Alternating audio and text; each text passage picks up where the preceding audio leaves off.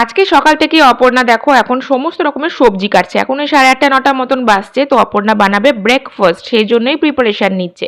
এদিকে মাদেরও রান্না প্রায় শেষের দিকে। জোগাড় তো মা করেই দিয়েছে। মণিমা এখানে পটল আলু দিয়ে তরকারি বানাচ্ছে, বাবা নিয়ে এসেছে বাজার। আর বাজার থেকে আজকে নিয়ে আসা হয়েছে মাটন, কারণ আজকে ছিল রবিবার। রবিবার দিন মাটন ছাড়া ঠিক রবিবারটা জমে না। এদিকে অপর্ণার পাস্তা একদম সেদ্ধ করে রেডি, কড়াইয়ের মধ্যে সস দিয়ে ভেজিটেবলস দিয়ে সুন্দর পাস্তা রেডি হচ্ছে।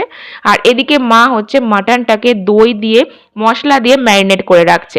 পাস্তাটা ভীষণ ইয়াম্মি খেতে হয়েছিল, আর ততটাই সুন্দর খেতে হয়েছিল আলু দিয়ে মাটনের এই লাল লাল ঝোল। মণিমার হাতে ঝোলের কিন্তু আলাদাই স্বাদ হয়, সে ডিমের ঝোল হোক, মাছের ঝোল হোক বা মাংসর ঝোল, সবার হাতের রান্নার আমার মনে হয় আলাদা আলাদা টেস্ট হয়। রান্না খেয়েই বলে দেওয়া যাবে যে কোনটা কার রান্না। আর দুপুরবেলায় গরমের সময় এই পাতলা পাতলা ঝোল লেবু টিপে অসাধারণ লাগছিল। মাটনটা দুর্দান্ত হয়েছিল, তার সাথে বাকি আইটেমগুলোও দুর্দান্ত হয়েছিল।